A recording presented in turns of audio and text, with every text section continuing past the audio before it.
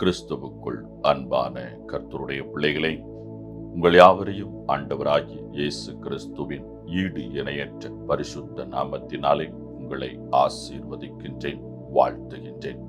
கர்த்தர் தாமே இந்த நாளில் நீங்கள் எதிர்பார்க்கிற நன்மைகள் யாவையும் பரத்திலிருந்து உங்களுக்கு அருளிச் செய்து நீங்கள் இம்மையில் சுகித்திருக்கவும் மறுமையில் நிலைவாழ்வை பெற்றுக்கொள்ள அனுக்கிரகம் செய்வாராக. தினம் ஒரு மிஷனரி என்கின்ற தலைப்பில் இந்த நாளிலே நாம் பார்க்க இருக்க மிஷனருடைய பெயர் ஜான் ஹார்பர். இவருடைய காலம் 1872 முதல் 1912 முடிய. இவருடைய நாடு ஸ்காட்லாந்து, இவருடைய தரிசன பூமி இங்கிலாந்து. டைட்டானிக் கப்பல் நினைவிருக்கிறதா? இங்கிலாந்து நாட்டில் தயாரிக்கப்பட்ட மிகப்பெரிய கப்பல், மூழ்கடிக்க முடியாத கப்பல் என்று அதை உருவாக்கியவர்களை பெருமையுடன் அறிவித்தார்கள். அதன் முதல் பயணம் வட அட்லாண்டிக் கடலில் கப்பல் சென்று கொண்டிருந்தது. வேகமாக சென்ற கப்பல் மறைவாயிருந்த பனிப்பாறையில் மோதியது. அபாய குரல் பறந்தது. ஒரு சிலரை மட்டுமே மீட்க முடிந்தது. 2223 பேர் தண்ணீரில் மூழ்கி மரணத்தை சந்தித்தனர். அக்கப்பலில் பயணம் செய்தவர்களில் ஒருவர்தான் இந்த ஜான் ஹார்பர். இங்கிலாந்து நாட்டை சேர்ந்த சுவிசேஷகர். கப்பல் உடைந்த வேளையில் தன் கையில் கிடைத்த மரப்பலகையை பிடித்தபடி தத்தளித்துக் கொண்டிருந்தார். அருகிலேயே ஒரு வாலிபன் உயிருக்கு போராடி கொண்டிருந்தான். நண்பனே, நீ ரட்சிக்கப்பட்டிருக்கிறாயா என்று ஜான் ஹார்பர் கேட்டார். இல்லை என்றான் அவன். கர்த்தராகிய இயேசு கிறிஸ்துவை விசுவாசி, அப்பொழுது ரட்சிக்கப்படுவாய். அவர்கள் பேசிக் கொண்டிருக்கும் போதே அலை ஒன்று அவர்களை பிரித்தது. சற்று நேரத்தில் மீண்டும் இணைந்தனர். உன் இருதயத்தில் சமாதானம் வந்துவிட்டதா? ரட்சிப்பின் நிச்சயத்தை பெற்றுக்கொள். வார்த்தைகள் முடியும் முன்னே அவர் உடல் தண்ணீருக்குள் சென்றது. ஆண்டுகள் கிடந்தன. கனடா நாட்டில் நடந்த எழுப்புதல் கூட்டத்தில் அவ்வாலிபன் ஜான் ஹார்பர் இயேசுவுக்குள் வழி நடத்திய கடைசி ஆத்துமா நான் தான் என்று அக்கடைசி நிகழ்ச்சியை உருக்கமாக கூறினான். ஜான் ஹார்பர் தனது 17 வயதில் தொடங்கிய நற்செய்தி ஊழியம் அவரது வாழ்வின் கடைசி மூச்சு வரைக்கும் தொடர்ந்தது. பலர் வாழ்வை மாற்றியது. பிரியமானவர்களே, நீங்கள் பெற்ற ரட்சிப்பை என் நிலையிலும் மற்றவர்களுடன் பகிர்ந்து கொள்கிறீர்களா? உன்னை உற்று பார்த்தால் துன்பங்கள் பெருகும். தேவனை நோக்கி பார்த்தால் துன்பங்கள் மறையும். பிரியமானவர்களே, இந்த ஜான் ஹார்பர் அவருடைய ஊழியம் மகிமையானது, மகத்துவமானது. அவர் இயேசு கிறிஸ்துவை விசுவாசிக்கிறவராக மாத்திரமல்ல, அந்த விசுவாசத்தை மற்றவர்களுக்குள்ளும் அனல் மூட்டி எழுப்பக்கூடியவர். பாருங்கள், இவரும் மரண தருவாயில் இருக்கின்றார், இன்னொருவரும் மரண தருவாயில் இருக்கின்றார். தப்பித்துக் கொள்வதற்கான சிந்தைதான் இந்த நேரத்தில் யாவருக்கும் தோன்றும்.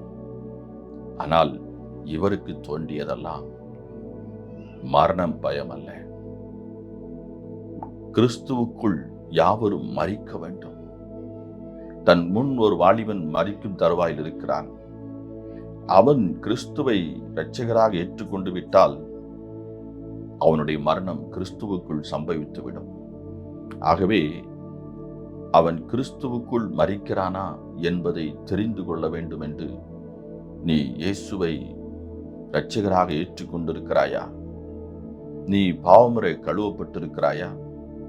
ரட்சிப்பின் அனுபவம் உனக்கு இருக்கிறதா என்று கேட்கின்றார். அவன் இல்லை என்ற உடனே ஒரு வரியில் இயேசுவை விசுவாசி, இன்றே ரட்சிக்கப்படுவாய் என்று சொல்லி அவர் தன் வாழ்வை அங்கே முடித்து விடுகிறார். அந்த ஒரு வார்த்தையை கேட்ட வாலிபன் அந்த நொடி பொழுதை இயேசுவை இரட்சகராக ஏற்றுக்கொண்டார். கர்த்தர் அந்த வாலிபனை உயிரோடு காப்பாற்றினார். அந்த வாலிபன் தன் வாழ்நாள் முழுவதும் கர்த்தருக்காக ஊழியம் செய்து இயேசு உயிரோடு இருக்கிறார். நான் மரணத்தின் கோரப்பிடியில் இருந்து என் மாம்ச பிரகாரமான என் ஜீவனை மாத்திரமல்ல, மரித்து போயிருந்த அந்த ஆன்மாவையும் நான் கடலின் நீரிலே தத்தளித்து கொண்டிருந்த பொழுது நான் உயிரோடு திரும்ப பெற்றுக்கொண்டேன். இன்று இந்த மாம்சமான இந்த சரீரமும் உயிரோடு இருக்கிறது.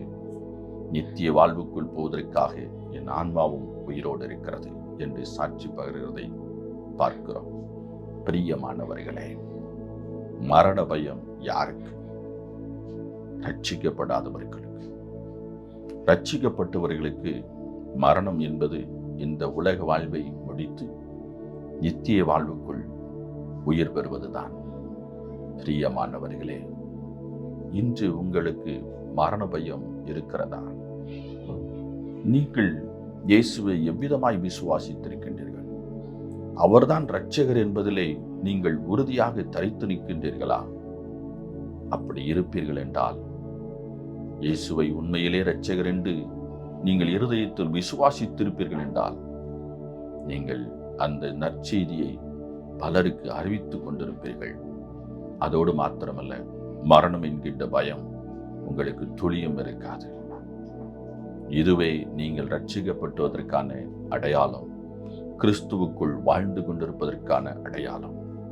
ஜான் ஹார்பர் கிறிஸ்துவுக்குள் வாழ்ந்து கிறிஸ்துவுக்குள் மரித்தார். மரிக்கும் தருவாயில் ஒரு வாலிபனை, அவன் ஆன்மாவை மரணத்தில் இருந்து உயிரோடு மீட்டெடுத்தார்.